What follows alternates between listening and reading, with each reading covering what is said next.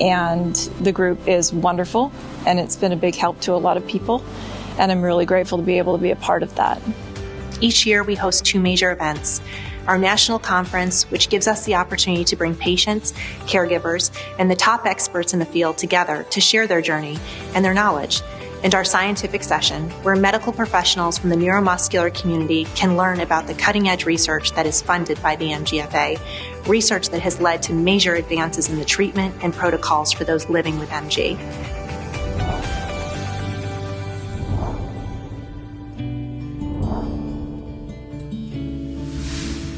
I started having some symptoms of leg weakness, fine motor issues. I would drop things that I would just say I was excessively clumsy. Trying to do daily activities such as getting dressed, showering would take longer than normal. I was just tired all the time, and my right eye was droopy. So I went to my primary that then had me go to another doctor that thought I had a stroke.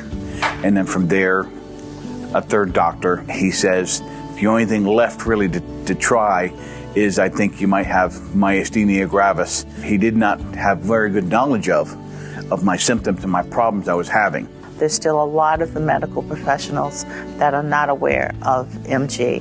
As a physician myself, I honestly did not know what was wrong. So when someone tells you you have an autoimmune illness called MG, it's not curable, but it's treatable, my reaction is, oh, am I going to die? Your life stops. It's no longer the life you know. It brings you down. It brings you down to such a level that you feel worthless sometimes. Everybody thinks you're fine, and they don't understand, no, I can't do that. And I remember reaching out to one of the support group leaders, and they talked to me and said, no, you're not going to die. You can live a normal life. I think MGFA over the last couple of years have done a phenomenal job. A lot of the support came from an online support group from other patients with MG. So I think having the MG friend is an excellent way of reaching everyone. Melissa was my lifeline. I cannot say enough for this woman that has really was there for me. I live as normal as a life as I lived before. I'm not as physically active as I used to be, but I still do a lot. We're able just to do as much as we can, and as long as you don't let that mindset kind of cripple you, you could go on to live a fulfilling life, I think. We can help get you through this, is that we will work together, and for the overwhelming majority of patients, they have an excellent outcome. As time goes on, you're going to have less downs and more ups. The MGFA is an outstanding organization. I've enjoyed being associated with it. I see its primary focus on education and educating patients and educating physicians with less experience in treating myasthenia gravis so that patients are more optimally treated. But more than that, their sponsorship of cutting-edge research in myasthenia is very gratifying to me to witness, because every time I go to one of their scientific meetings, I just find it very exciting that what is being done in the field, how these very talented physician scientists are trying to move the field forward. And it wouldn't happen if it weren't for the MGFA. So the Medical Scientific Advisory Board for the Myasthenia Gravis Foundation has had an important role over the years for the MGFA, and also to help direct and shape the research efforts of the Myasthenia Gravis Foundation. Each year, scores of volunteers create their own events driven by a passion to raise money for MGFA, doing something they love, from golf tournaments to themed dinners to marathons. Online fundraising tools for MGFA make hosting events like these easy to do. But without you, without your funds, your resources, your heart, we can only do so much, and so much more is needed. Research for a cure, support groups to lift and heal, friends to reach out to. Patients will never be broken because we'll always find a way to get them back to where they started from. We try hard enough. MG will not end me, stop me. Defeat us. Myasthenia gravis absolutely will not end my optimism. Myasthenia gravis will not define who I will become. MG will not get me down from living a wonderful life. Myasthenia gravis will not take my life away. Myasthenia gravis will not ruin the rest of my life. MG will not win. Think of how much faster we can achieve our dream, a collage of faces living in a world without MG. We can, we will make this happen.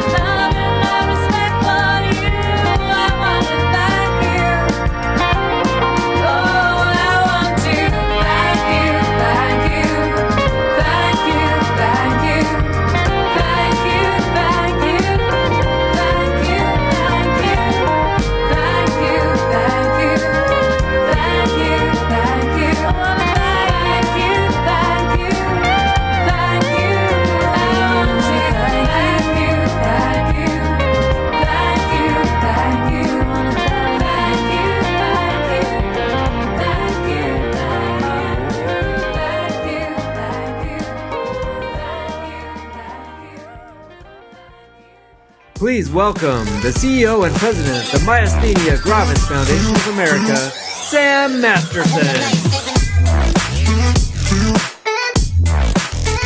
Hi, everyone. Good afternoon. What an introduction. I do want to thank everyone for tuning in and joining us today on this beautiful Saturday. I am Sam Masterson, and I do have the privilege and the honor of serving as MGFA's CEO. I want to share with you that today we're going to celebrate our MG community, and we're going to take you on a journey. We're going to take you on a journey of MGFA over the years and the evolution of the organization, which simply could not be possible without every single one of you. It takes every piece of the puzzle to make that big, beautiful snapshot of what we are today. So I just really want to thank you for joining us today. I think you're going to see a lot of your friends today through the course of the program, and you're going to hear from some folks and some special guests and maybe learn some things that you didn't know. So I hope you sit back, relax, and enjoy it. And I want to also share with you that we did partner with a company today, Winspire, to bring our vision to life. And so we do have a host who's going to walk us through the program today, and I'm going to hand it over to Danielle Snelson now. Welcome, Danielle. Hey, Sam. Thank you so much for that kind introduction. I'm so happy to be with you all today, hosting this very powerful program virtually. Now, as Sam said, we are going to spend time together celebrating MGFA as an organization and the power of the MG community. Now, let's take a moment to say hello to our friends around the globe who are joining us today for this very special event. Grüezi from Zurich, Switzerland. Konnichiwa from Tokyo, Japan. Grand bonjour de France. Привет z Wiednia, Austria. Bonjour de Saint-Pré en Suisse. Servus aus Österreich. Konnichiwa from Tokyo, Japan. Hallo und guten Tag aus Koblenz in Deutschland. Ti saluti dall'Italia. Ciao. Hallo aus München in Deutschland. Diagwich from Dublin, Ireland. Hola desde España. Hello from London, United Kingdom. Hej fra København i Danmark. Konnichiwa from Tokyo, Japan. Hey from Sverige. Hello from Toronto, Canada. Hej her fra Danmark. Olá, São Paulo, Brasil. G'day from Sydney, Australia. Wow, it's so great to see so many countries represented today. Thank you so much for joining. Now, the MGFA Foundation was established in 1952. Let's take a moment to go back in time to where it all began.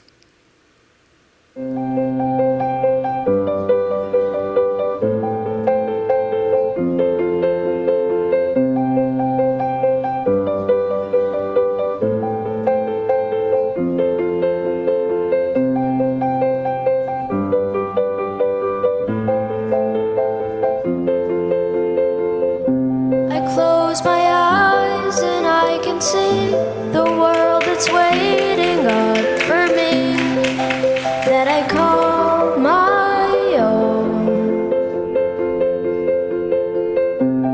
Through the dark, through the door, through where no one's been before, but it feels like home. They can say it all sounds crazy. They can say I've lost my mind. I don't care, so call me crazy. We can live in a world that we desire. So I have the privilege of talking about the origins of the Myasthenia Gravis Foundation, how it began back in 1952 was the key year. But the story begins a few years before that. It has to do with a patient with myasthenia who's really centrally responsible for everything that's happened with the development of this amazingly, profoundly important organization over the period of time. This patient is someone I had the privilege of meeting when she was living up in Michigan. It's Patricia Ellsworth Wilson. So if you go back to the mid to late 1940s, Patricia was a teenager and she got fairly severe symptoms of myasthenia gravis. Bulbar trouble, speech, swallowing, breathing, limb trouble, devastating impact on trying to grow up as a teenager in an otherwise perfect world And this led to years of trying to get therapy and get her symptoms improved and stabilized. And as you can imagine, her parents were very concerned and very focused on trying to get her some help, and realized back then that it was hard to find physicians, hard to find experts, hard to find other patients who knew anything about this disease back in the late 40s. It took her about 8 months or so to find somebody who could actually make the diagnosis, which was not too bad, but took a number of doctors. And her mother in particular took her to a variety of experts. She found a great expert in Boston at Mass General, a guy named Henry Vietz, who set up the first dedicated myasthenia gravis clinic in the United States. And he was instrumental in getting information to the patient, management for the patient, and information to her parents, who clearly felt that there was a need to do something more than just get their daughter diagnosed and treated. So Patricia's mother, whose name was Jane Ellsworth, who was an actress, was on Broadway in some movies, she recognized, we need some kind of a infrastructure, organization, a commitment with people, patients, donors, research, the medical profession, to be focused on myasthenia gravis, because at that time there was nothing. So she actually took it upon herself to get a bunch of people together that were in her social and professional arena to try to develop an organization focused on myasthenia gravis. She based a lot of her thoughts on what she had learned from meeting with people that ran the Multiple Sclerosis Society. And she then also spoke with Dr. Vietz and a number of other distinguished neurologists about setting up a medical advisory board to really focus on research for this disease. And it was a coming together of people from various backgrounds to do something really great. So the key catalyst of this was the Ellsworth family, the daughter and the mother, and Jane used all of her resources and connections and organizational skills to pull this off. And so it's something that was in development in 1952. And after getting sufficient individuals, particularly in the entertainment world, together to help support this organization, at the same time, through Dr. Vietz, getting a medical advisory board that served as a who's who of people that knew anything about this disease and could actually contribute to the science and research involved with understanding the disease and getting to better treatments. She was able to put the Myasthenia Gravis Foundation in place. The medical advisory board started in 1953. Started having meetings. The organization of the MGF started fundraising and supporting research and education and services for patients. So 1953 was the big year where this was all implemented. It's interesting that as part of the connection that Jane Ellsworth had with the entertainment field, including her husband, Whitney Ellsworth, who happened to be the producer of the great television show, The Adventures of Superman, started in 1952. They were able to get George Reeves, who played the original Superman in The Adventures of Superman, to become involved with the organization. He actually served as the national chairman in 1955. And there are a litany of very famous people from the entertainment industry who have been involved with the Myasthenia Gravis Foundation ever since. And it's a great story. It's also, I think, meaningful to have someone get out there who's Superman to try to help an organization and help patients and help a research arena that is looking at decades of commitment and work. So this is truly a great story of people coming from different backgrounds, a couple of parents totally dedicated to their daughter, trying to get them better help, but deciding we really need to help everybody with this disease, and an organization is the way to do it.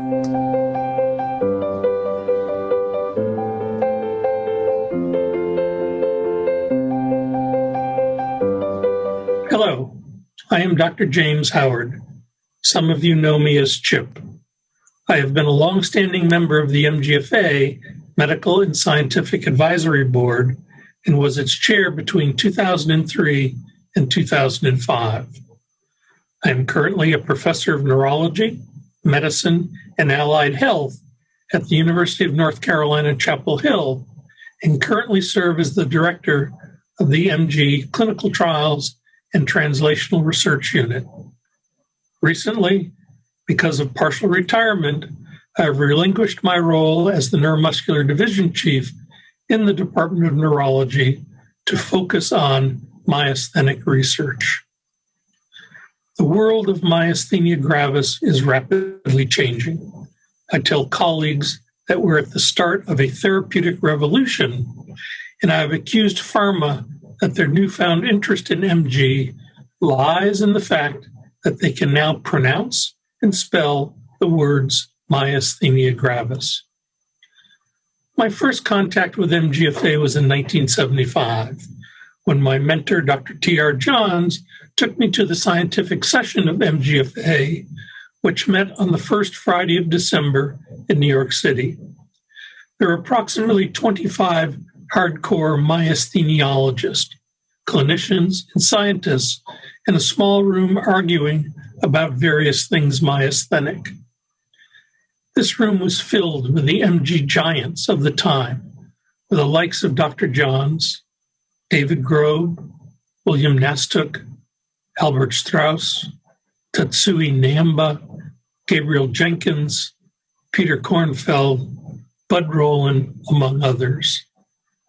I was struck by the passion each had in the disease and the craving to understand it more fully. Some of these meetings over the years were very hot as one tried to convince the other of their convictions, but that's a topic for another time. I've been involved with MGFA for 45 years. Its origins date to the 50s, and when I started working with the organization, it was a confederation of chapters that served the needs of patients in their geographic location. And they did this exceptionally well, partnering with a home office that provided educational materials and emotional and some research support. But times change, and with changing times, so must the organization. MGFA has navigated this process well, and today we have an outstanding organization to serve our patients, our clinicians, and our scientists.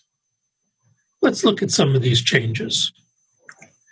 MGFA has been the only national program focused solely on myasthenia gravis and myasthenic syndromes. Since its inception, it has been the leader of educational information, not only to patients, but to clinicians and research scientists. The original scientific session has grown tremendously from a couple of dozen people to a few hundred. The International Myasthenia Gravis Conference meets every 5 years, starting way back in the 60s, and will again meet in 2022, where interested scientists from around the world gather to share ideas and build collaborative relationships. Without question, MGFA is the leader and the facilitator of myasthenia gravis education. The expertise that forms the medical and nursing scientific advisory boards serve as key opinion leaders for industry that has been crucial in the development of new therapeutic strategies. MGFA has partnered with many in industry, other foundations, and research organizations such as MGNet, recently formed by NIH, to develop strategic plans to push the boundaries of MG forward. Finally, MGFA has evolved over the last 45 years from where research was difficult to fund because of the confederation of chapters to a solid national organization, which has become one of the leaders of myasthenia pilot research funding. Grants fund clinical and basic science research, support the development of our young investigators. And all of this has occurred because of the ability of the foundation to energize its people to assist in fundraising through events such as the MG Walks and the rubber ducky race that I watched on Facebook the other day. MGFA is an organization that I have grown up with during my career, one that has been at my side to help myself and those that I care for, and one that will continue to make great strides as we move forward. Thank you for this opportunity to speak with all of you.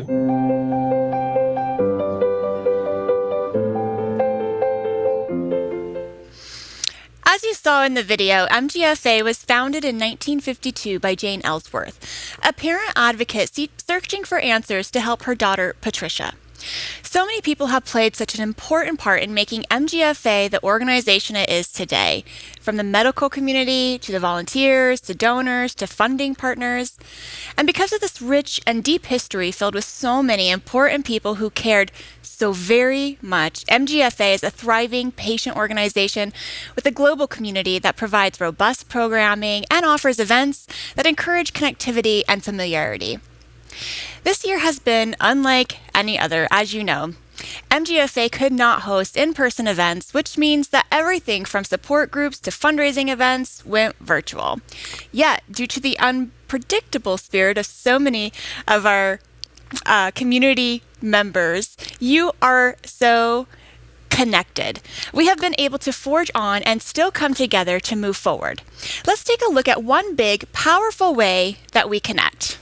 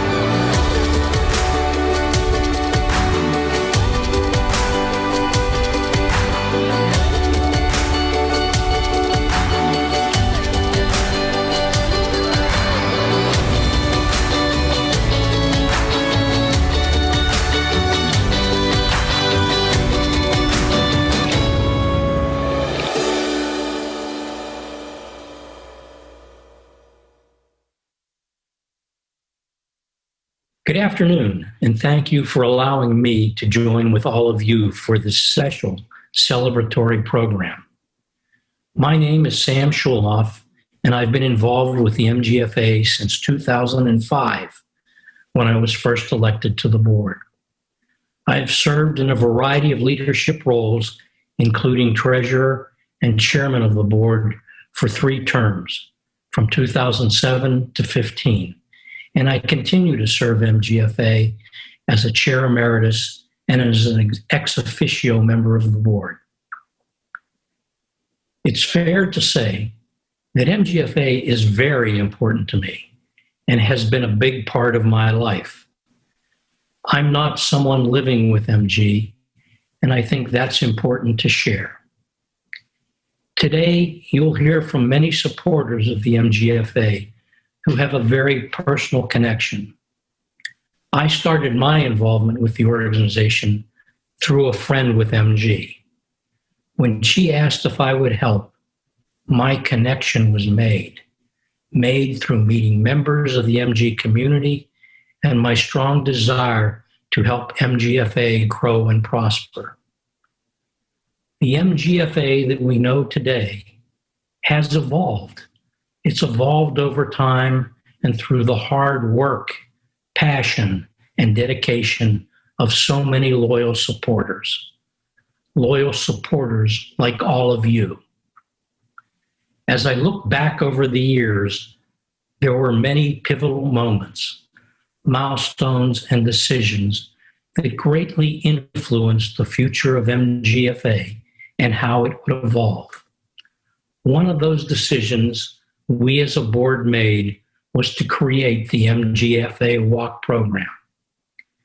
We were determined to raise awareness, both inside and outside the MG community, while at the same time increasing our ability to support focused research that could lead to a more accurate and timely diagnosis, research that could lead to new treatment modalities, and research that could lead to a cure. Today, we're starting to see the results from those efforts. In 2010, the MG Walk program was kicked off with 15 walks across the country, the first of which was held in St. Petersburg, Florida. Today, with your help, MGFA hosts 30 walks throughout the U.S., and collectively, our walks have raised nearly $6.5 million and engaged over 45,000 participants. Not bad for wanting to increase awareness and fundraising. There's no better way to bring people together and to make connections than community events.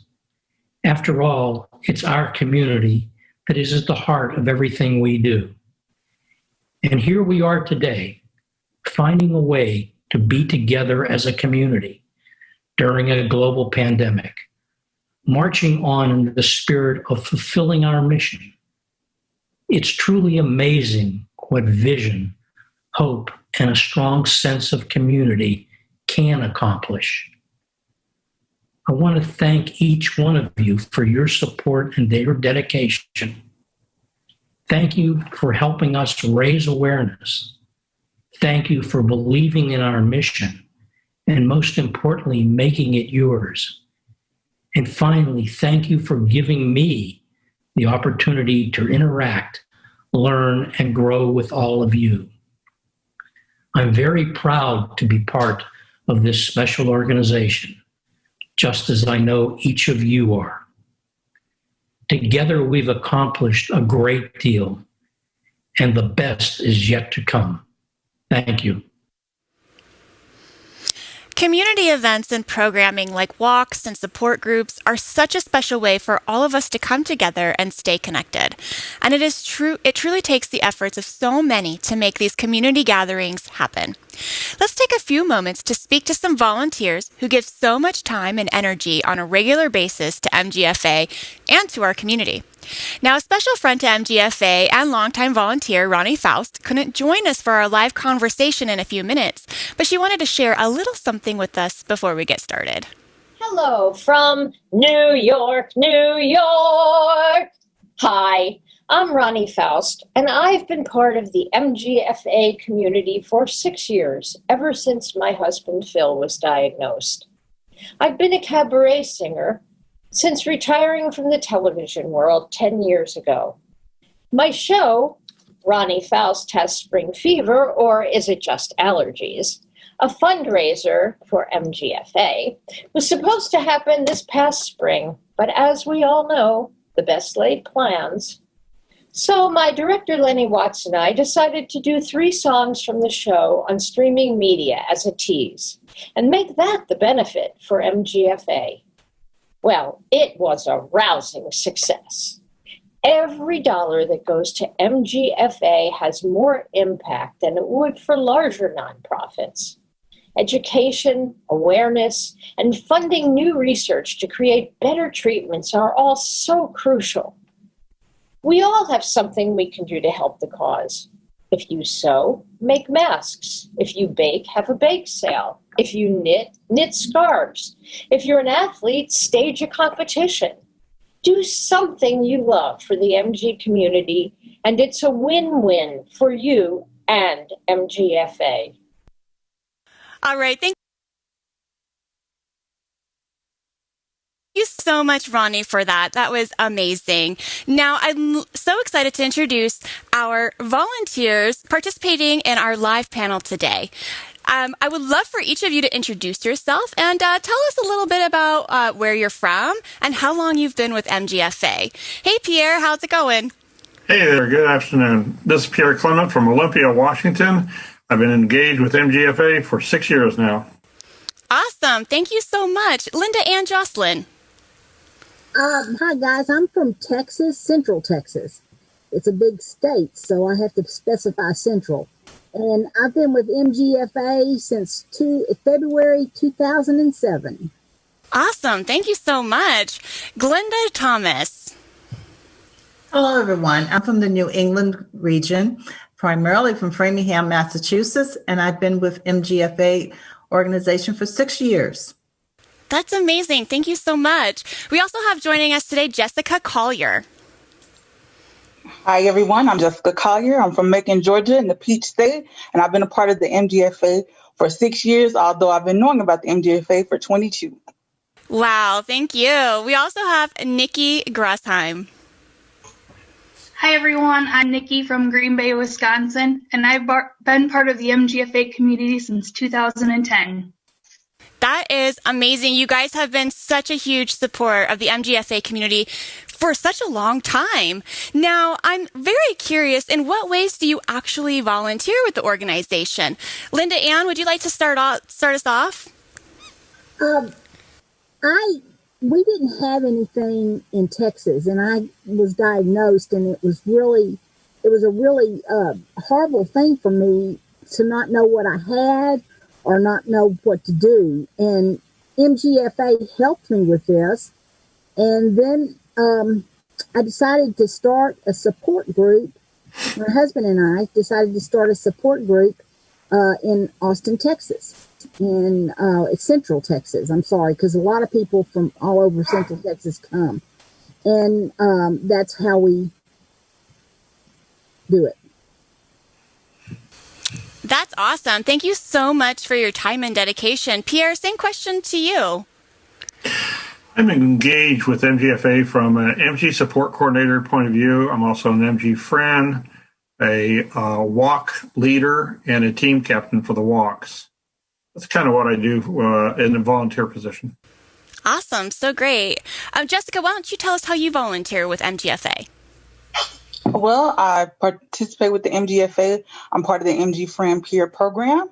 I also volunteer in the MG Virtual MG Walks. I'm a team captain and leader. And I also do online advocacy and awareness on my social media through Facebook, Instagram, and Twitter. Oh my goodness. All of you are so busy and also making a huge difference in the organization. And we thank you so much for all the work you're doing. Now, I want to know a little bit about the support groups and the regional walks that all of you guys are a part of. Pierre, why don't you kick that off for us? So an MG Walk is a fundraising opportunity where we help the community generate funds for research and for support of the MGFA. And then the MG support groups are there for anybody and everybody that's engaged with MG or have MG and their caregivers. And what it does, it helps them when they first get diagnosed to have somebody to turn to so that they can see there's light at the end of the tunnel. So I find it very rewarding and very important for all those that are either new or have been there for a while and looking for current treatments or looking for different medication types, or maybe they're looking for a neurologist to help treat their condition. Yes, thank you so much. That is so helpful and useful. Nikki, can you talk to us a little bit about your experience with support groups and walks? I've been a support group leader since 2012. We have about 50 people on our email list and about 20 people who attend regularly to see the support group and meet new MG people. The yearly MG walks have become very successful locally, and they've become a fun way for all of us to get together. We've now turned it into a picnic-style activity with a meal, raffles, games, and other activities. That sounds so fun. Community is so important when we are facing these challenges in life, and it's nice to have other people who understand that as well. Glenda, what's your experience? So I'm the support group leader for the New England region. And now that we're doing things virtually, it's been awesome because prior to doing our virtual support group meetings, we were located in the Boston area. And we've been doing this now since the early 1980s. but the ability to reach out to everyone in the New England community is awesome. And as my peers have said, it's a great opportunity for MG patients, their caregivers, their family and friends to come together and openly discuss how MG has impacted their lives, and then understand what the latest is in treatments and what resources are available to them. I've also participated in the walks as a leader and as a team captain. And, it's a great opportunity to increase awareness in the local communities, to be able to get our state and local officials more aware about MG. And, hopefully we get more media coverage so we can increase the awareness. Yes, well, it sounds like all the work you guys are putting together in this collectively is really helping you expand that reach, and I know you guys are going to reach so many more people, which is amazing. Now, you all are doing a lot of really cool things, but I want to know what you're most proud of. Jessica, what are you most proud of? Well, I'm so proud to be able to use my individual voice. One of the most things I'm proud of is on social media, I'm known as the MG Mermaid, and I created a Mermaid Monday for MG awareness. And I'm so proud to give light and a voice to other MGers. I say, see me, not MG, which you can follow me. That is my tag on social media, where you can go to my page, and I try to raise awareness and also give voice to others that may not be seen. We live with an MG, which is an invisible illness, but we want to be seen. We want a great sense of normalcy and a better quality of life. And I'm so proud that, the MG community and, the MGFA, they've embraced it. And it's one of my greatest joys to do, is to raise awareness and advocacy to those of us living with MG, and also those who take care of us, our caregivers. That's so amazing. Jessica, that is definitely something to be proud of. Glenda, what about you? What are you most proud of? I'm most proud of the MG network of friends that surrounds me. And the MG community bond is real. So I feel that embracement every day through social media. And I just know I can pick up the phone or send an email, anything to anyone within the community, and they're there to talk to me and support me. That is so important. Linda Ann, what about you? What are you most proud of? When you go to the doctor and you say, well, I can't see, everything's double, how can I help? What can I do? Well, you just need to rest and you need to take your medicine. But MGers learn to live with this, and a support group helps them, put a piece of tape on their glasses so they don't see double. Put a basket at the end of the stairs, so when you go up to your stairs, you have a group of things together so you can carry and you don't have to make too many trips. Minimizing your energy. And MGers know how to minimize their energy so they can stay healthy and stronger throughout the day. And I'm really proud of that. And I'm very, very vocal. I've had, some minor things happen, and I've had to go to anesthesia, and I have a meeting with them, and I ask them to explain to me what MG is. I'm very vocal, very in their face. Fire department, the whole bit. EMS, doctors, if you're a family practitioner, you have to bring these things out. And I think everyone in our group does this. And I'm proud of that. I'm very proud, because a lot of people don't know what MG is. And an advocate is very important. And I think everybody in Central Texas Support Group are advocates for MG.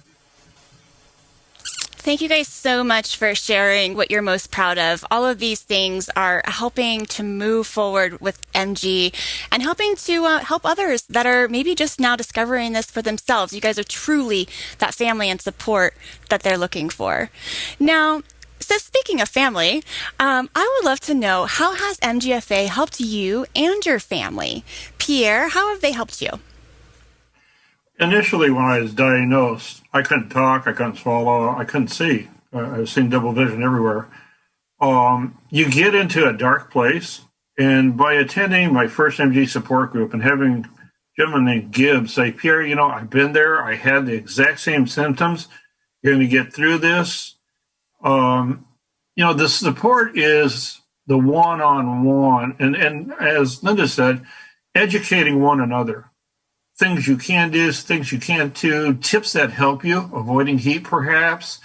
And it also helps the caregivers. They have a place to go. Our spouses, our partners, whatever it may be, they need the support too. They can turn to the MGFA website. It's got wonderful information on there. It's got contacts. It has taken us from the dark initial days, which I think most people go through, to being a strong advocate and speaking for yourself when you go to the doctors and having the power to say, I chart my info. Here's my info. Don't tell me I don't know what I'm talking about. And you can really approach it with a position of strength, and doctors go, hey, this person knows what they're talking about. It really has educated me and made me more aware and allowed me to pass it on to others and to share that with others. And for me, that's one of the biggest things I get from the MGFA Association. Thank you so much for sharing, Pierre. Linda, and how about you? I'm kind of with Pierre. I mean, they have been very supportive. I was scared to death when you're diagnosed, and everyone is scared to death. My husband had to literally carry me and put me in the vehicle because I was too weak to raise my legs. It was a horrible, frightful thing that I was going through, and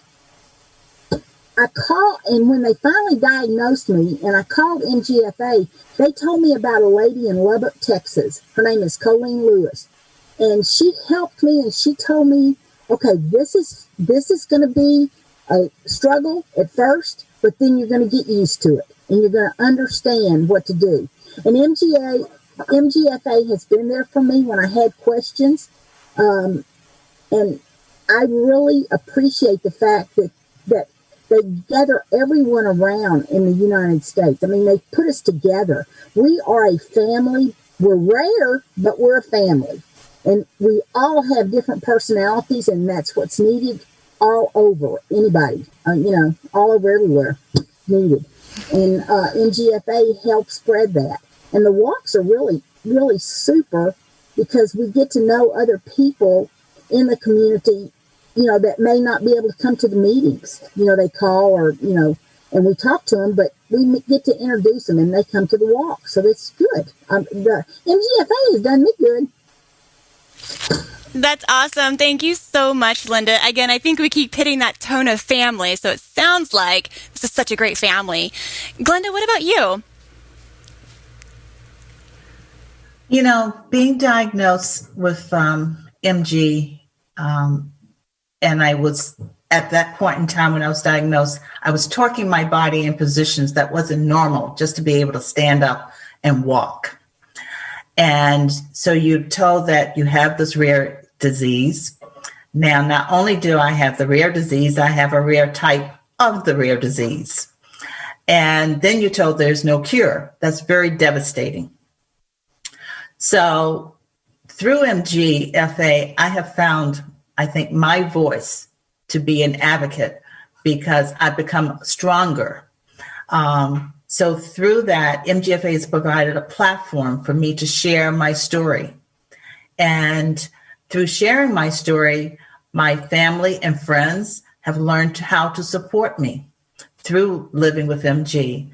So that's been, I think, the value to my family. I listen to my spouse and, we look at him as being my caregiver. And when he starts talking, I realize how even my MG has impacted him. So again, if I didn't tell the story and if he wasn't involved in sharing the stories with me, we wouldn't learn that how it has impacted both of us to be able to understand how to go forward and live, I consider, a life together with MG. So important. That is so great. Nikki, how about you? How has MGFA helped you and your family? MGFA has helped me gain a better understanding of MG and provided so much information about life with MG, new changes that I'm going to be enduring throughout my life with MG. I've also been able to attend the yearly MGFA's MG conference, which I've learned even more information and research that's out there. And, doing the events has really gained just so much more understanding of what I'll be dealing with. I've also got to meet some amazing people all across the country attending the conference, which I'm now proud to call my friends. That's amazing. I love all the things that you guys have said, and it just really emphasizes that MGFA really helps to provide education, support, and ultimately family, and that is so important. Now, I have one last question. Jessica, you're going to be my first person to respond. What would you say to others who want to volunteer and help MGFA but don't know how to? Well, first, if I want to tell you, if you want to join the MGFA, one of the greatest things that I have come to realize about the MGFA is not only do they provide information and support, but access. And that is so important. It's not enough that you have the information, because before I was diagnosed at 17, of course there's information out there, but how do I get it? So when I was diagnosed, the MGFA was the only place where I had access to this information. And go to their websites. They have websites, they have telephone numbers. You can have access to some of the world-renowned experts on this disease.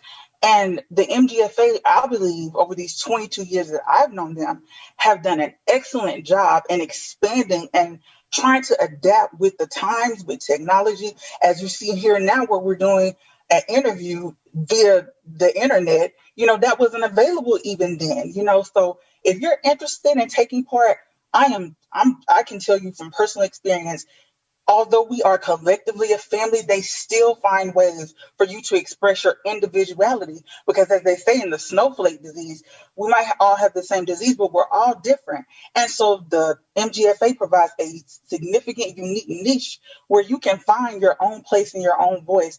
It's all guided toward the same purpose: to educate, to fiscally fund research. And ultimately, we all want a cure for this disease. So I would just encourage anyone, if you would seek out support groups, the support groups that they have, just to build on everything that everyone else has already said, the MGFA, they are here for you. MG is, you get this terrible diagnosis, but the MGFA gives you hope that, hey, there are treatments out there. Hey, there are doctors out there. Hey, there is research being done out there that I can maybe participate in, that, hey, maybe my family can gain access to as my caregivers. Where can I get this? And that is the main thing for me. Get that access through the MGFA so you can take part and you can be part of our MG family. Oh, that's so beautiful, Jessica. Thank you so much for all of those beautiful words. Now, to our many volunteers, such as our community walk leads, our support group leaders, and MG friends are so inspirational, aren't they? Thank you to all of you who support our MG community. We are so grateful. We will meet more of our important supporters later in our program. We also have committed industry partners focused on helping the MG community. These partners are right in the thick of doing research and investigating ways to develop more efficient treatments that may eliminate symptoms and potentially cure MG in the future. These critical partners are aligned with MGFA's vision and needs for the community. That is why it is so imperative that we all collaborate and work together to get the best treatments. Because of their innovative work, the MG community has an exciting future ahead. We will be introducing some of our key partners over the course of our program today. They are involved in extremely exciting work, and it is our pleasure to present these companies to you. We're going to start off introducing argenx, who will feature a video trailer to its upcoming docuseries. And we will also hear from Keith Woods, Chief Operating Officer.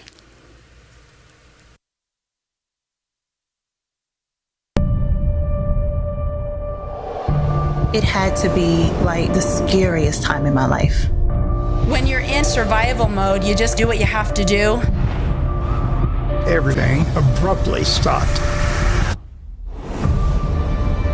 One particular morning, I was running down the stairs. My legs completely gave out on me. Remember it vividly. I was on the tractor, and I'm looking at the mower, and I see two mowers.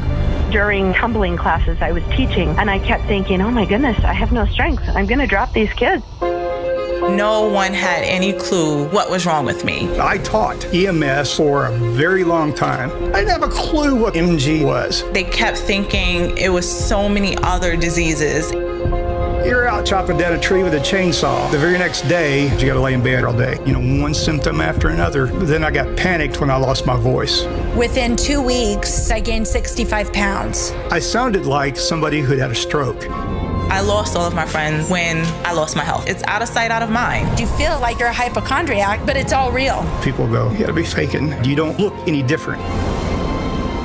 You might not wake up tomorrow. So make today worth living. MG taught me a lot about what people go through that you just never understood before. My little mantra got was from my Aunt Pat. I may be weak, but I'm strong. I may be weak, but I'm strong.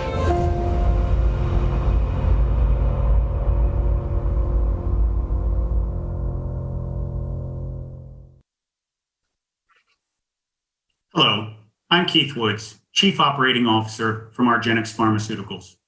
Please join the MG community on November 17th for the premiere of A Mystery to Me. This is a docuseries featuring 3 amazing individuals living with MG. argenx is proud to partner with the MGFA, working together to create exciting programs for patients and increase awareness about this rare disease. Congratulations to Sam and the entire team at MGFA on hosting this very special Together We Stand event. Thank you. Thank you, Keith, and the whole team at argenx for your continuous partnership and for all of the amazing work your team is currently doing on behalf of patients and their families.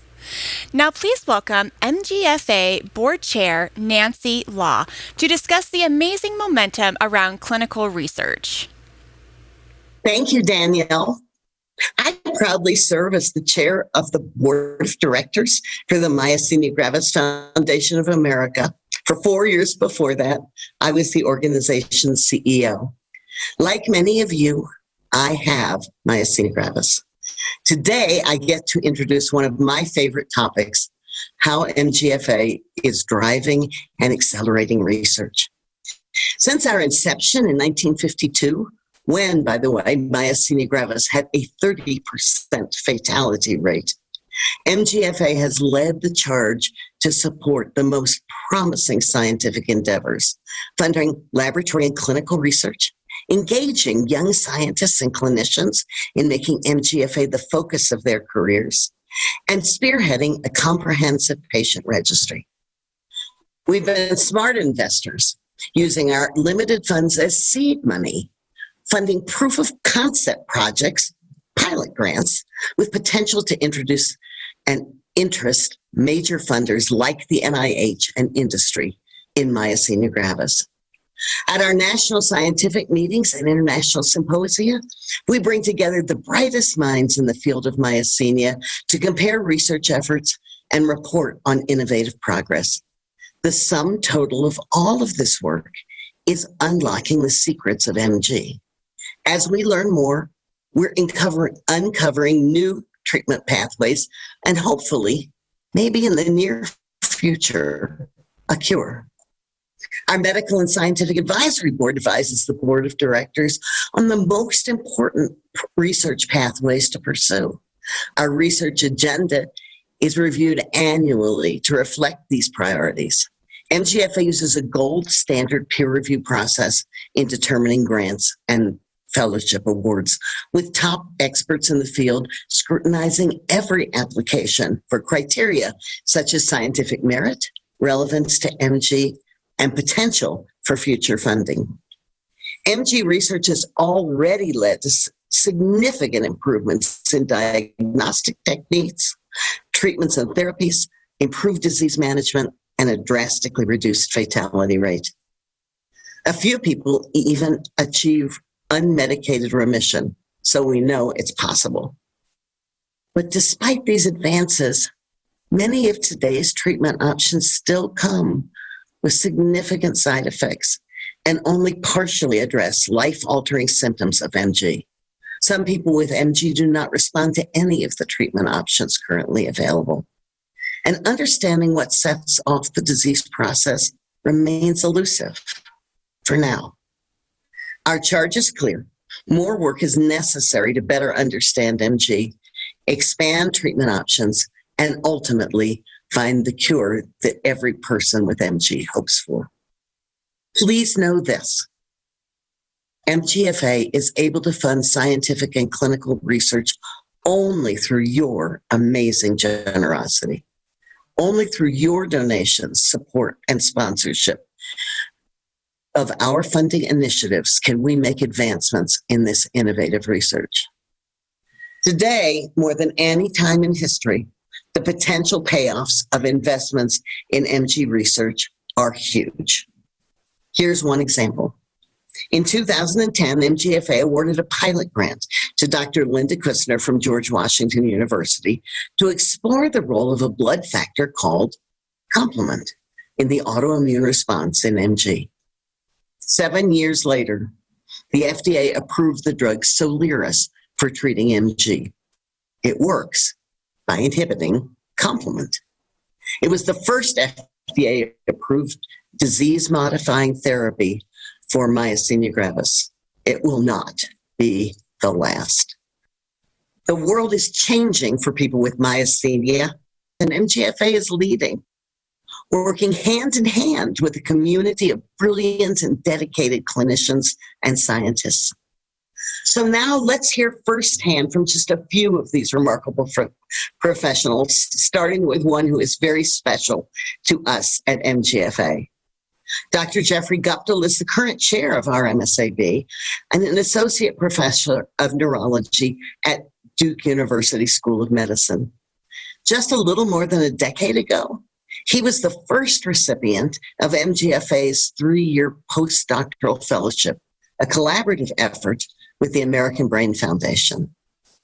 There isn't time for me to tell you all that Dr. Guptill has done for us with MG since then, but please know his innovative work has advanced the body of science exponentially.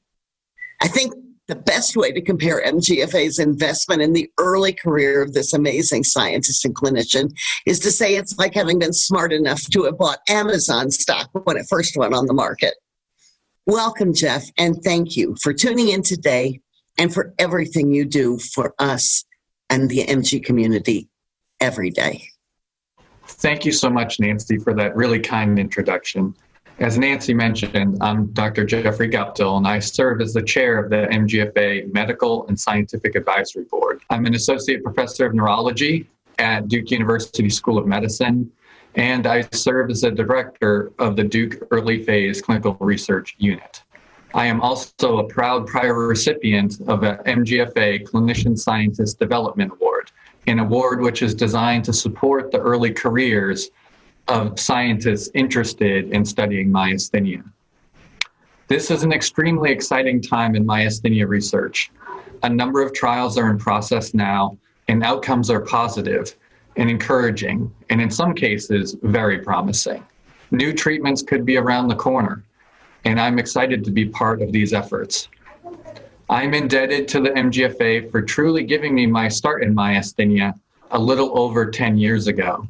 MGFA provided me with early funding that gave me the time to advance several early stage research projects that I was leading. And it changed the trajectory of my research career as a direct result. So thank you, MGFA. This early success has led to additional grant funding from the government, as well as the MGFA to study myasthenia. Most recently in 2019, with a pilot project grant award for metabolic pathways of pathogenic Th17 cells in myasthenia. I'm proud to work with talented and dedicated international collaborators on other projects, such as the CARE-MG study, that is collecting and analyzing data from the patient community to determine the effects of COVID-19 on patients with myasthenia. MGFA hosts this data on the myasthenia.org website and is a critical partner for medical professionals in so many other areas. I am also an executive committee member for MGNet, the rare disease clinical research network focused on myasthenia gravis that is funded by the National Institutes of Health.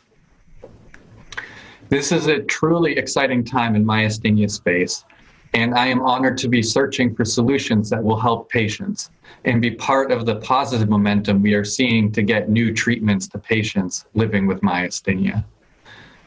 Now, let me introduce my colleague and friend, Dr. Kevin O'Connor. Thanks, Jeff. As Jeff mentioned, I'm Kevin O'Connor. I'm an associate professor of neurology and immunobiology at Yale School of Medicine. I'm the head of a research lab that investigates the underlying autoimmunity in myasthenia gravis. Our work is translational in that we aim to develop diagnostics and therapeutics that will help people with myasthenia gravis. My role at the MGFA has been to serve on boards, the Medical and Scientific Advisory Board. I'm the vice chair currently, and in the past I served as a research committee chair. Both of those roles involve primarily reviewing scientific research grants for the MGFA. I want to take a moment to say how the MGFA has been so important to my laboratory. I moved my laboratory from Boston to New Haven to be at Yale about 10 years ago. Part of the reason for that move was that we wanted to establish a myasthenia gravis research program. Yale has an existing myasthenia gravis clinic that's dedicated to the care of MG patients, and we wanted to partner with them to do our research. Research is very expensive, and in order to get started, you need external funding. Universities don't actually provide funding for research programs. You have to go and seek that funding out and earn it yourself outside. And so we started by applying for a pilot award to the MGFA, and we put together a proposal, and we were lucky and fortunate to win that award that year. And I remember the day that I got the email to give us the notice of award, and I printed it out and I ran down to the lab and told everybody that was working at the benches that we were on the map, that we were part of the myasthenia gravis research community. And I just want to say that you can't underestimate the importance of that initial award to our research program. To compete for funding, you have to have data, you have to have results, and the pilot award gave us the opportunity to generate data and generate results and findings that we then used to leverage for applications to the National Institutes of Health. And we've been successful in that regard as well. We've obtained 2 large NIH-funded grants to continue our myasthenia gravis research program. And we owe a lot of that to the beginning, where the MGFA believed in us and helped get us started. So Jeff and I are just 2 of the many people that have been funded by the MGFA and have got their research started with their support. And another person that's a current MGFA grant recipient is my colleague, Dr. Amanda Guidon, and I'm going to pass it on to her now. Welcome, Amanda. Thank you so much, Kevin. As Kevin mentioned, I'm Dr. Amanda Guidon, a neuromuscular neurologist at Massachusetts General Hospital and an assistant professor of neurology at Harvard Medical School. I serve as the director of the MGH Myasthenia Gravis Clinic, which is an MGFA-designated MG Partners in Care Center, and serve on MGFA's Medical and Scientific Advisory Board as the co-chair of the Education Committee. In my role as the Neuromuscular Fellowship Director at Harvard, I also aim to introduce future generations of neuromuscular specialists to MG clinical care and research. I couldn't agree more with Jeff and Kevin about how this is the most exciting time in myasthenia research. I'm honored to have received the 2019 High Impact Pilot Project Grant Award for my study titled Evaluation of Automated Techniques for Decoding Speech and Movement Abnormalities in Myasthenia. and the 2020 MGNet Scholar Award for the project, Feasibility and Outcomes of Telemedicine and Outpatient Treatment of Myasthenia Gravis. Not every study focuses on a novel treatment or cure. Sometimes research, such as my work, is focused on how to help those with myasthenia navigate their unique MG experience by further characterizing and managing symptoms, developing tools to accelerate clinical trials, or evaluating outcomes of treatment and innovative systems of care. As a current pilot grant recipient, I feel so grateful to the MGFA. No other organization in the world but MGFA can truly offer the needed funding in a neutral, objective, and science-first selective manner to fund the most promising clinical research. MGFA is the only national healthcare patient organization focused on MG research. MGFA's pilot grants serve as a transformative resource that will undoubtedly lead to improved treatments and disease management. The organization has served as a leading partner to so many of us in the medical and academic communities over the years. I am humbled and proud to be part of this celebration today that acknowledges what we can all accomplish when we work together and support each other's efforts. Thank you, MGFA. Thank you to all the amazing medical professionals who work tirelessly towards progress and making life better for those living with MG. Let's hear now from another partner in research and a generous partner to MGFA, Alexion Pharmaceuticals. Hi, I'm Ludwig Hansen, CEO of Alexion, and I'm really excited to join you today. Together we stand virtual event. Unfortunately, we can't be together physically, but I know this is going to be a great event. Now, some of you might know that this company, Alexion, has been focusing on serving rare diseases for several decades. And I'm very, very proud of our employees. I'm very proud that we have 5 medicines approved to treat 7 rare diseases, including GMG. Now, there are 7,000 rare diseases. So that means that for us at Alexion, it's always going to be a journey. It is never going to be a destination. And we have a long way to go. There's so many people with rare diseases who are still waiting for their treatment option. Now, with respect to MG, it is essential that we listen to those who are living with the disease. And we try to guide our efforts to address the needs. And some of you might know that we started our first clinical study about 10 years ago with Soliris treating GMG, but primarily a focus on patients who had a severe type of disease and those who already failed on other therapies. And we were very happy to see that Soliris became the first FDA-approved medicine for GMG in nearly 60 years. And I'm very proud to say that today Soliris is helping thousands of adults with GMG. But we focused on a specific patient type, so that means that, yes, there's more work to do. Additional development programs are needed. And I'm really happy to see that with Ultomiris, we have a phase 3 program ongoing that will look at different patient types and different severities of the disease. In addition to that, beginning of next year, we hope to start a phase 2 program with our FcRn therapy. I'm really excited about all of that. But our commitment goes beyond finding transformative therapies. We know that the journey as far as diagnosis is concerned can be challenging. So we need to have a lot of effort towards helping those that are going through the journey towards getting the right diagnosis. We also have a focus with respect to educational materials, helping investigate health insurance, trying to build connections within the MG community. And I can tell you we are very proud to support MGFA's efforts to raise awareness of MG. In closing, I want to share our employees' MG strong messages from June's MG Awareness Month. Alexion is committed to continue and to partner with the MG community each and every day. The courage we see in those living with MG inspires us in our work to deliver transformative medicines and services to help improve the lives of people with MG and their families. Thank you.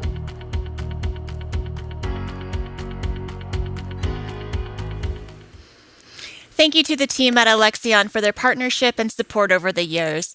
Funding and donations to MGFA are the lifeblood of this organization. We cannot offer our informative programs or drive clinical research funding without the incredibly generous and selfless efforts of our many donors. Funding comes in all shapes and forms, not just from events. You can donate individually, plan your own 5K or walk in your own hometown as a do-it-yourself event, or host a Facebook fundraiser, even a Lucky Ducky Derby, which we will talk a little bit about later in this program. Our generous donors directly contribute to MGFA success and growth. Let me now introduce you to one of those incredible people who are committed and dedicated to MGFA. Please welcome one of our top donors and an MGFA board member, Susie Johnson. Good afternoon, everyone, and thank you for the introduction, Danielle. My name is Susie Johnson. I have served on the board of the Myasthenia Gravis Foundation of America for 2 years. For me, serving as a board member has been such an honor. The MGFA is the only national patient organization focused on MG. So it was clear to me I wanted to become involved in order to support the organization's efforts. In addition, meeting others living with MG has been one of the most fulfilling parts of my involvement with the organization. MGFA presents so many different opportunities for all of us to connect with each other and to be educated and informed about myasthenia gravis. This is so critical to all of us who live with a disease that can be so debilitating, as many of you know. MGFA has been so helpful to me in connecting with other MGers and learning from those who have far greater experience than I do, to discover coping mechanisms which others have used and I've been able to tailor to what works for me has been so valuable. I was diagnosed 3 years ago. I grew to learn my own coping mechanisms, as each and every one of you have done. It has been a long journey, and I am happy to say, knock on wood, for the last 3 weeks, I have felt really good.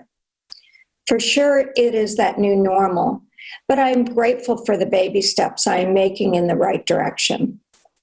Helping me to navigate MG has been the support groups, which were organized and made available by MGFA to our community. I am proud to say we now have 120 support groups and are rapidly welcoming new groups. The virtual national conference this year brought many together with informative speakers, along with the question and answer time available to the participants. I was so proud of all the work MGFA did to rapidly put this conference together. I loved it.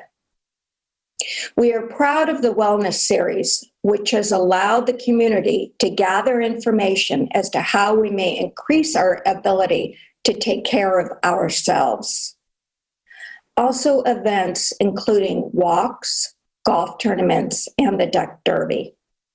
These programs and events play important pivotal roles towards raising much needed funds. They build awareness and they bring our community together. MGFA cannot possibly do it all without the support and partnership of all of us. It has been so important for me to give back to this community. Giving back comes in all shapes and forms. So we are asking you to do what you can to help control this disease and to support MGFA so we can have improved outcomes. The organization counts on donations from individuals, but we also need corporate support. We need help with networking, and we need help raising awareness in order to expand our reach.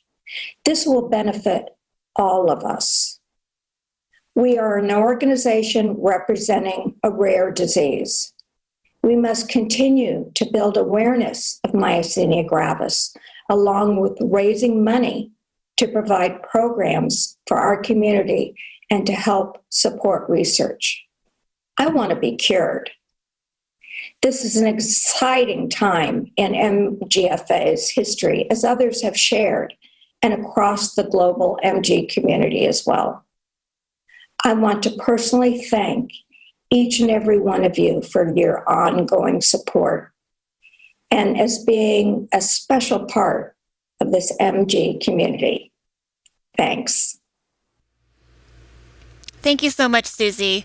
Let's hear from two more of MGFA's industry partners who support vital programming and events throughout the year, Momenta Pharmaceuticals and UCB.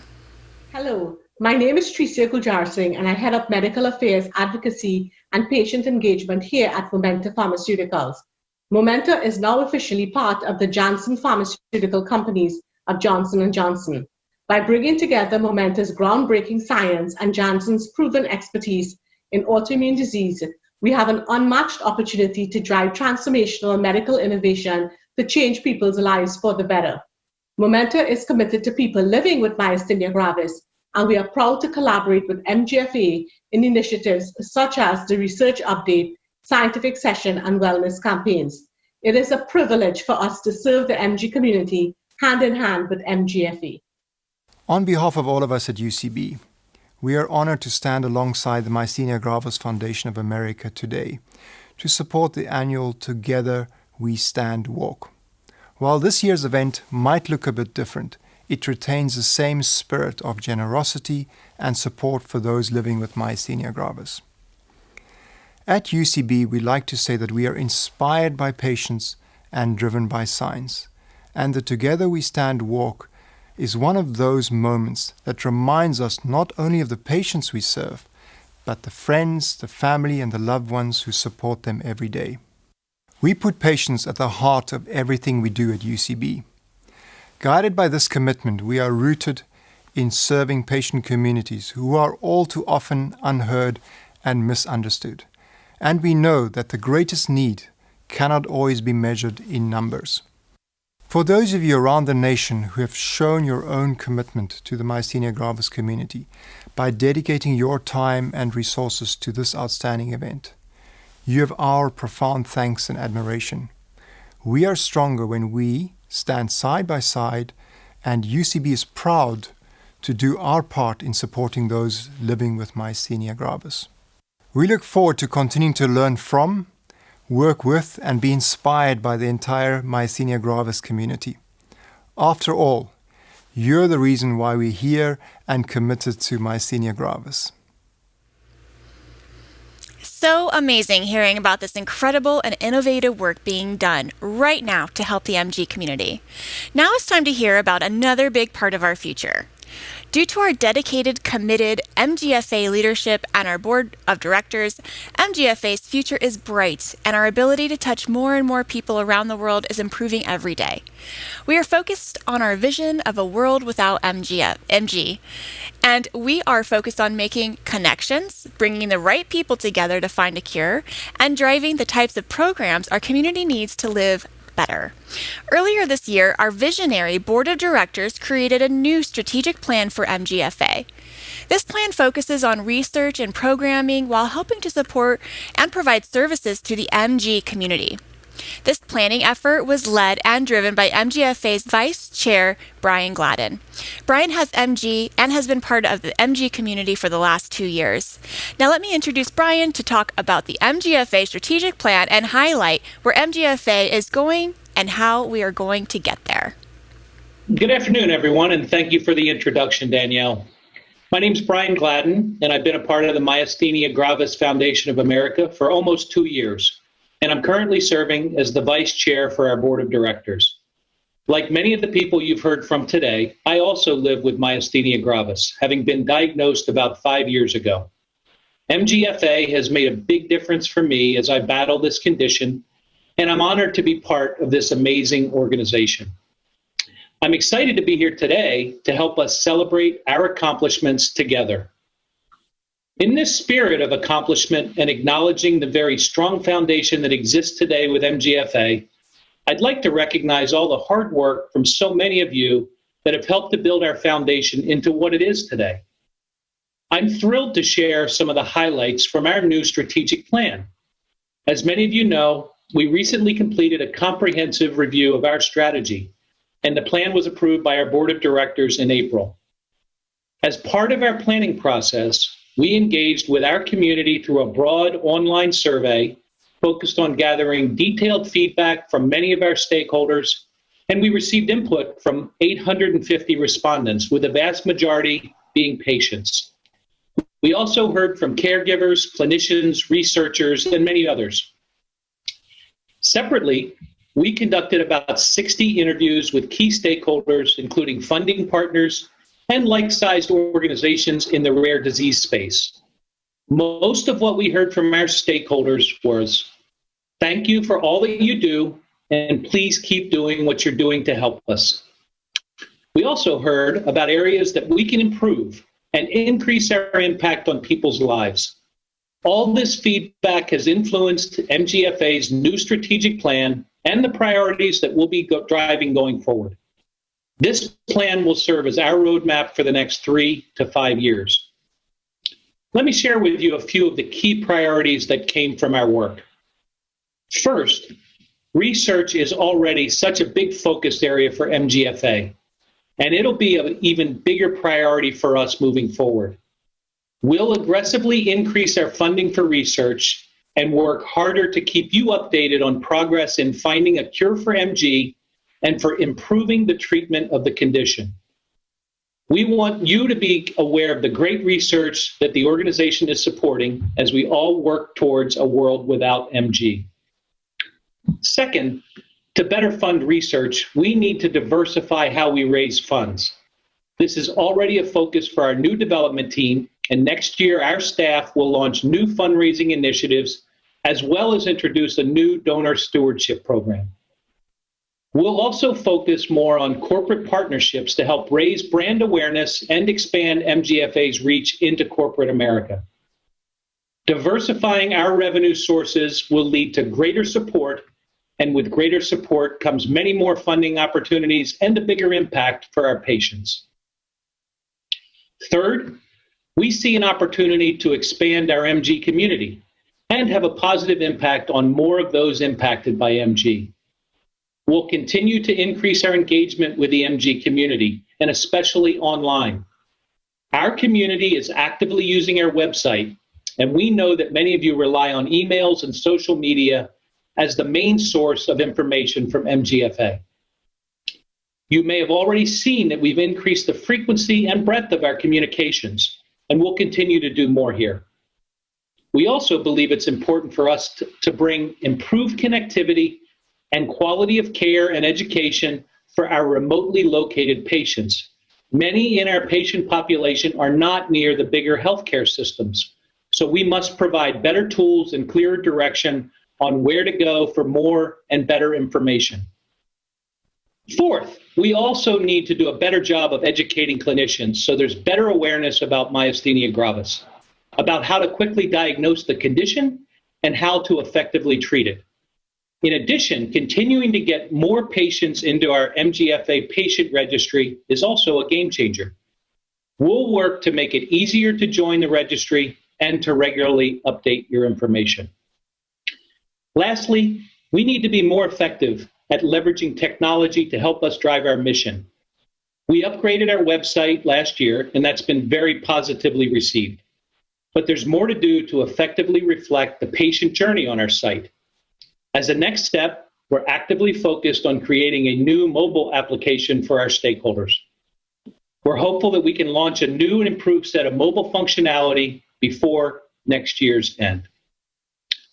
So we're very excited about our strategy. Some of these new strategic priorities are already underway.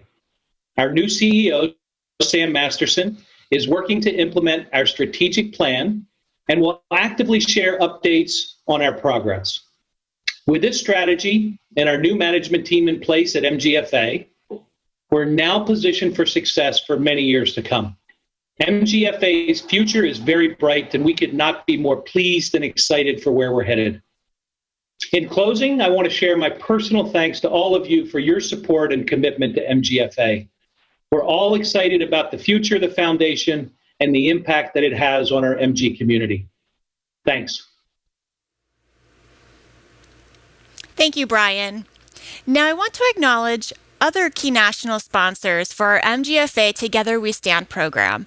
We are so happy to partner with Immunovant and Catalyst. Thank you for your sponsorship of the MG community and for your dedication and commitment. All right, it's time to continue the fun and name some winners. As many of you know, MGFA has been running several fun contests and national fundraisers over the past couple of months. And I'm here with longtime MGFA staff person Samantha Gardner to announce some of the talented and creative winners of these contests, and also highlighting winners of our first ever Lucky Ducky Derby. Hey, Sam.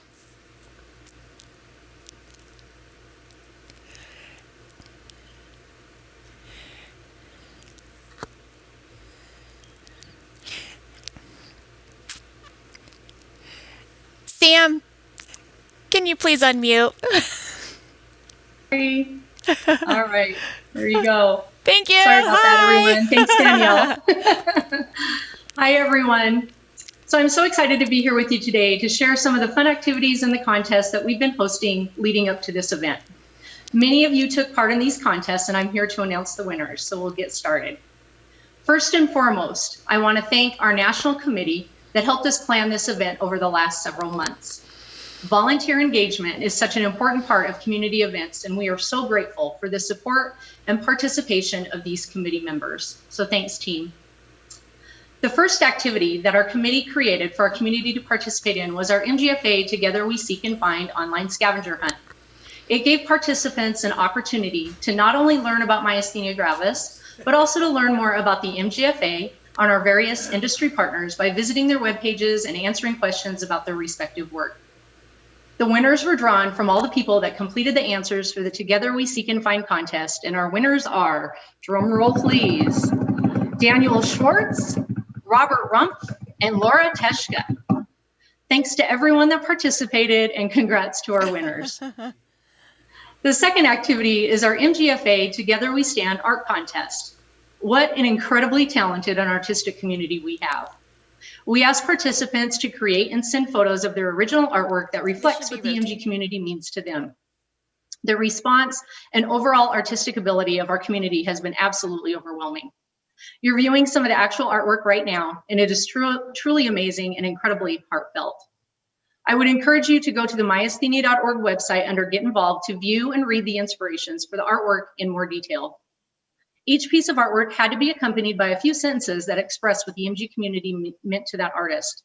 And as you can imagine, it was incredibly difficult for our national committee to select the winners, but that they did.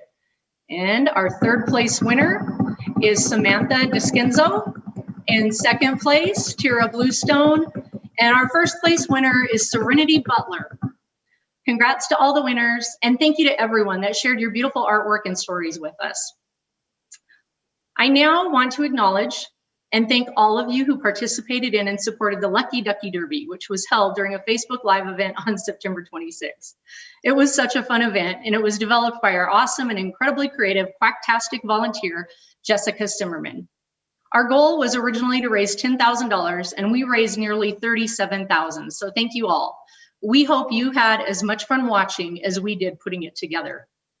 In case you missed the Derby, we would like to give a shout out to our top 5 teams and fundraisers. For our teams, number 5, MTD Light, number 4, the MGFA team, number 3, Run Afoul, number 2, the Weiss Quackers, and number 1, raising $14,378, Team Duct Tapers Quack Quack. And our top 5 individual fundraisers for the Lucky Ducky Derby, at number 5, Roger Morris, beating him out by just a beak, number 4, Celia Meyer, number 3, Jessica Zimmerman, number 2, Andrew Kaufman, and at number 1, raising $5,000, Rachel Pegram. And the winners of the actual duck race, coming in third place, was Linda Nguyen, Second place, Brian Pickerel, and our lucky duck coming in first place was Christine Kokan from Team Duct Tapers Quack Quack. Again, thank you all for your participation in that spectacular event. And one more shout out to Jessica Zimmerman. Lastly, as you know, we were not able to host the majority of our 2020 walks this year. And as Sam Shuloff stated, it is our MG Walk 10-year anniversary. And I would like to say we were off to a great start with three walks in Florida and our walk in Georgia, all exceeding their fundraising goals. On the screen, you will see slides showcasing the cumulative totals of our incredible top fundraisers and teams over the last 10 years. Many of these committed and dedicated fundraisers began their fundraising efforts as early as 2010 in our first series of walks, and have continually driven impactful fundraising efforts year over year. Thank you all for your amazing contribution to the MGFA and the MG community. This year, we offered everyone the ability to continue their fundraising in any format, whether it be virtual walks, DIY, the Duck Derby, or a combination of these. We had a multitude of individuals and teams jump on board, and they continued creating awareness and getting donations for the MGFA so we can continue our mission. With that being said, I'd like to recognize our 2020 Top 10 Club and give a shout out to the top 5 in each category as of Wednesday. So at number 5, a first-time team this year out of Georgia, Team Strumpf. Number 4 from Virginia, reaching their $100,000 cumulative total for their past 8 years is Tom's Rockets Blast Off for the Cure. Woohoo! From Florida, number 3, raising money for both their walk and the Duck Derby, the Weiss Guys and the Weiss Quackers. From across the country, number 2, raising money for both the walk and the Duck Derby, Team Duct Tapers and Team Duct Tapers Quack Quack. And from New York, our number 1 fundraising team for 2020 is New York Trailblazers, raising $25,913. Our top 5 individual fundraisers are number 5 from Georgia, Alexis Rodriguez. First time fundraiser from Massachusetts, number 4, Thomas Bartlett. From Virginia, number 3, Thomas Larson. From Florida, number 2, Jessica Zimmerman. And again, from New York, our number 1 fundraiser for 2020 is Lenny Furman, raising $19,875. Congratulations to you all, and our sincere thanks to each and every one of you that participated in fundraising in any way, at any level. And again, thank you for your unending support. So far, for all the walks, the DIYs, the Duck Derby, and all Facebook fundraising, we've raised a grand total of over $850,000 thus far. You can, of course, continue your fundraising efforts up to the end of this calendar year to help us reach our $1 million goal.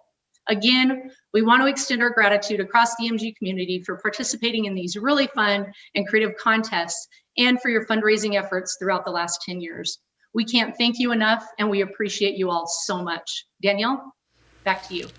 Thank you so much, Sam, for sharing all of the exciting fundraising happening for MGFA.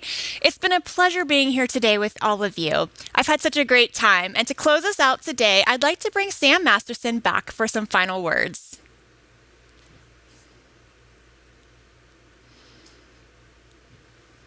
Okay. Thank you so much, Danielle. I really appreciate it. So where to start? When I was thinking about my closing remarks to all of you, the most important thing I want to say is thank you. I want to extend our most sincere gratitude on behalf of the staff and certainly on behalf of our board of directors. You know, there's just no way that a nonprofit or an organization could ever possibly fulfill their mission or even have any movement against their mission without your support and your help. It takes so many. And you all wear so many different hats, whether you're a patient or a caregiver, family members or friends of a patient, a volunteer, a donor, a medical professional, a sponsor, a funder. It takes every single one of you to really move the mission forward. And we could not be more thankful for your support. So I do want to thank you for tuning in today to this broadcast and this program and for joining us and spending part of your Saturday with us. Certainly, I want to thank you for that. But I want to thank you all for your continuous support throughout the years and for every day that you give to the MG community. I know how special it is. It doesn't take a person very long. You don't have to spend very much time meeting some of our community members to realize just how very special this MG community is. And MGFA certainly wouldn't be where it is today if it were not for all of the volunteers, donors, medical professionals, and partners over the years.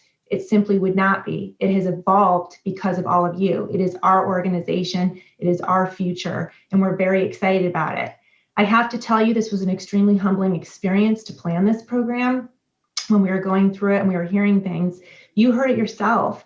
Dr. Pescuzzi, a very old friend of MGFA, he was very friendly with the Ellsworth family. He has all of the original documents. Hearing him talk about it from the humble beginnings of parents who just wanted to find answers for their daughter, and how it evolved over time, and how exciting was the beginning of the organization with Hollywood being involved and the way they were able to raise awareness. And then over time, you heard Dr. Howard, Chip said, it's a therapeutic revolution that we're all part of. Dr. Guptill talked about the funding, seed funding, changing the trajectory of his career. Dr. O'Connor then talked about receiving the award and running down to the lab and saying, we're on the map. I mean, these are milestone moments. Sam Shuloff talked about the 10th anniversary. And when they started the WALK program was to raise greater awareness and to fundraise in a greater capacity. All of these people who have been involved over time, all of you, every single one of you, have made MGFA what it is today. And we're going to do it. We're going to do it together. We're going to move closer to a cure.